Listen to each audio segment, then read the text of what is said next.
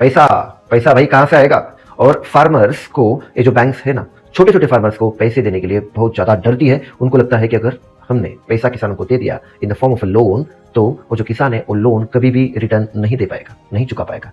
और बस इसी की वजह से यहाँ पे एक first loss default guarantee programme उस संस्था ने जो भी वो प्रोजेक्ट यहाँ पे चला रही है ना, वो संस्था बैंक को दे देती है। मतलब वो बैंक को बोलती है कि आप किसी भी किसान को लोन देने से मना नहीं करोगे, आप बस लोन देते जाओ। अगर पहला लॉस हो भी जाता है किसान का, अगर किसान वो पैसे नहीं चुका पाता है ना, तो हम आपके पास आएंगे और हम आपको किसान के बतौर जितने सारा उसका लोन है ब्याज सहित सारा रिटर्न करेंगे। तो आप किसी भी किसान को लोन देने से मना मत कीजिए।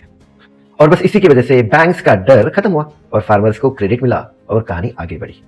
अब सिर्फ फसल उगाना काफी नहीं था, असल कमाई होती है वैल्यू चेन। इसलिए grading, packaging, pre cooling, cold storage और ट्रांसपोर्ट की व्यवस्था की गई। फार्मर सीधे डोमेस्टिक और ग्लोबल मार्केट से जुड़े गए और मिडलमैन पूरी तरीके से पीछे हट गए। और यहां आया सबसे चौंकाने वाला मोड। कंज्यूमर्स के लिए कीमतें सिर्फ 2.5 से 3% तक बढ़ाई गई, लेकिन फार्मर्स की जो इनकम है ना, वो रिकॉर्ड 8 to 10 टाइम्स तक बढ़ गई। अब किसी को लग सकता है कि बातें तो हवा हवा में हो रही है और मैं कुछ भी फेंक सकता हूं, है ना। और प्रोजेक्ट्स का जो इवैल्यूएशन है, let me tell you, Tata institute of social science जैसा एक प्रेस्टिजियस जो यूनिवर्सिटी है उसने किया है। और इवैल्यूएशन में ये बात सामने आई है कि बीड़ जिले की जो पर एकड़ जो इनकम है ना, वो 38,000 से बढ़कर सीधा 94,000 रुपीज पर एकड़ इतना बढ़ चुका है।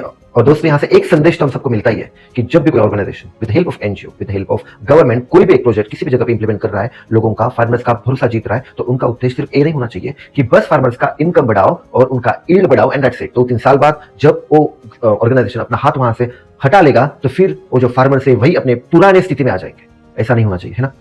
हर एक प्रोजेक्ट का जो मेन एम है, जो मेन उद्देश्य है, वो होना चाहिए कि जब भी वो प्रोजेक्ट इंप्लीमेंटेशन के बाद भी वहाँ के जो फार्मर्स है, वहाँ के जो लोग हैं, वो पूरी तरीके से इंडिपेंडेंट बन जाए और उनका जो रोजगार है, उनका जो लाइवलीहुड है, वो लॉन्ग टर्म के लिए चलता रहे। और ये सारी चीजें जो भीड़ में अगर हो सकती है ना, तो भारत के किसी भी कोने में हो सकती है। दोस्तों, अगर आपको कुछ कहना है, आपकी राय देनी है, कुछ सजेशंस देने हैं, तो आप नीचे कॉमेंट्स में जरूर मेंशन कर सकते हो। दोस्तों, see you in the next video.